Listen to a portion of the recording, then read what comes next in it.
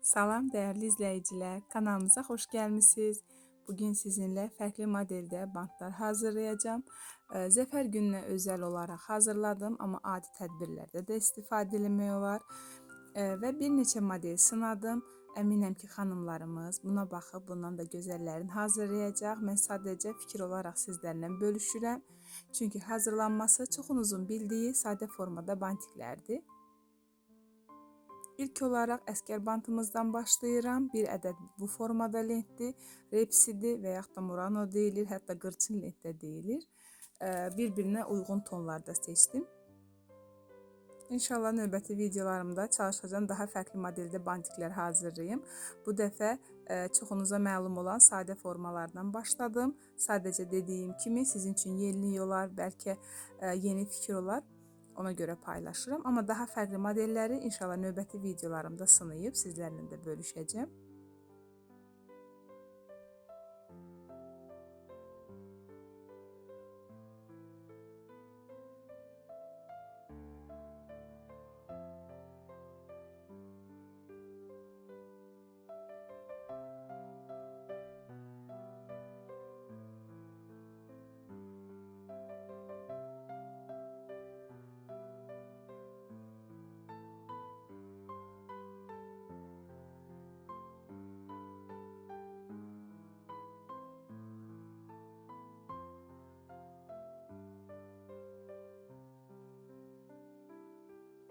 İstəsəniz belə sadə saxlaya bilərsiniz.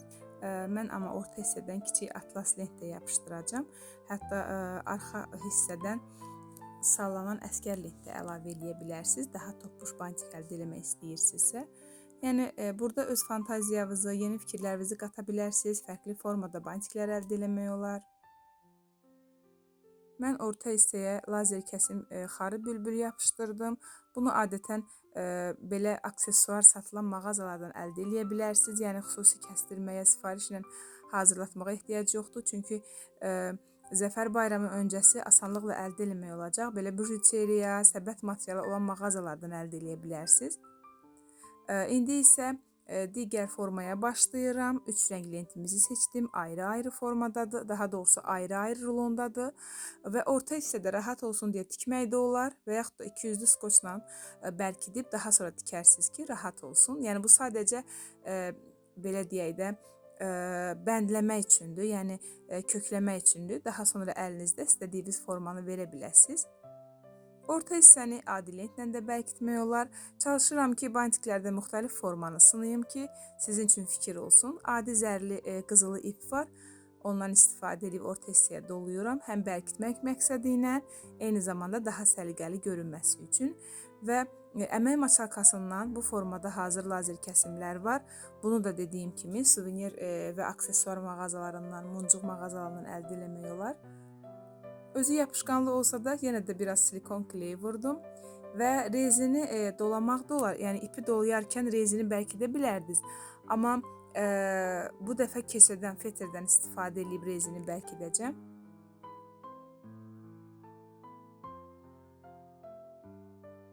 Və üçüncü modelimizə başlayırıq. Kənarları qızılı işləməli ağ lentim var. Olmasa sadə ağ lentdən də istifadə etmək olar. Və biraz enli, hardasa 4-5 santimetrlik atlas lentdən istifadə edə bilərsiniz. Bunu əsasən ona görə işləyirəm ki, bayraq yapışdıracağım. Belə nakleyka bayraqlar var və biraz ensiz yaxud da bundan da enli lentin üzərində daha gözəl görünür. Amma bunu ütüləyib yapışdırmaq lazımdır. Mən bantiki hazırlayıb, təxmini əlimlə hazırlayıb, bayrağın yerini dəqiqləşdirəndən sonra ütüləyib yenidən hazırlayacağım. Çünki əgər bantiki hazırlayıb bayrağı ütüləsəz, bantikin kənar hissələri yapışacaq, yəni daha düz formada olacaq, qabarıq, topuş qalmayacaq. Baxın, bu formada çox asanlıqla yapışır.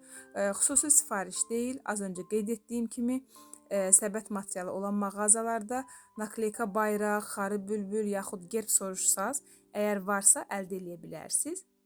Yerini bəndləyib ütüləyəndən sonra bantikimizi hazırlayırıq və digər tərəfə isə yenidən əmək maşalkası yapışdıracağım. Bunu özünüz də hazırlaya bilərsiniz.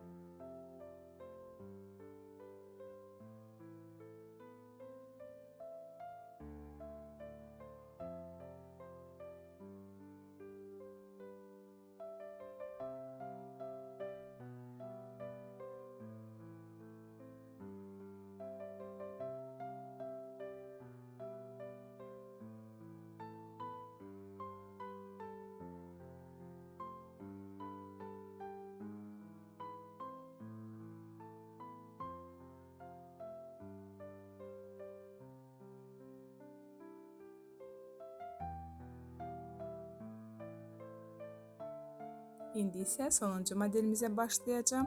Bu dəfə biraz fərqli bantik hazırlayacağım. Çox fərqli deyil amma. 200'lü olması üçün 2 rəngdən istifadə elədim. Mən xarı bülbül rənglərini seçdim.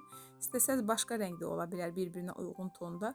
Bu formada daha künc üçbucaq belə deyək forma əldə etmək üçün bu formada lentimizi qatdalayırıq. Ümid edirəm videoda yetəri qədər aydın göstərmişəm. Hətta videonun bəzi yerləri var tam istədiyim kimi çəkilməyib. Çünki həm kameraya nəzarət etmək, həm əl işi hazırlamaq bəzən çətin ola bilir.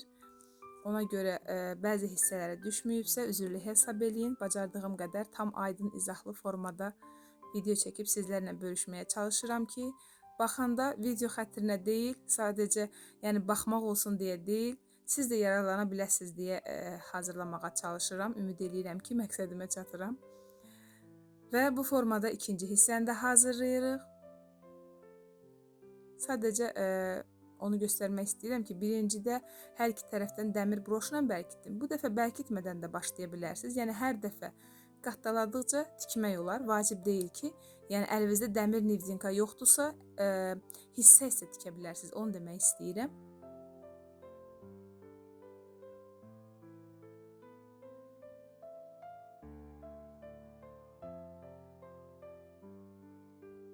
Altlıq hissə üçünsə istədiyiniz rəng tonda seçib, təbii ki, bantikin rənglərinə uyğun altlıq hazırlayacağım.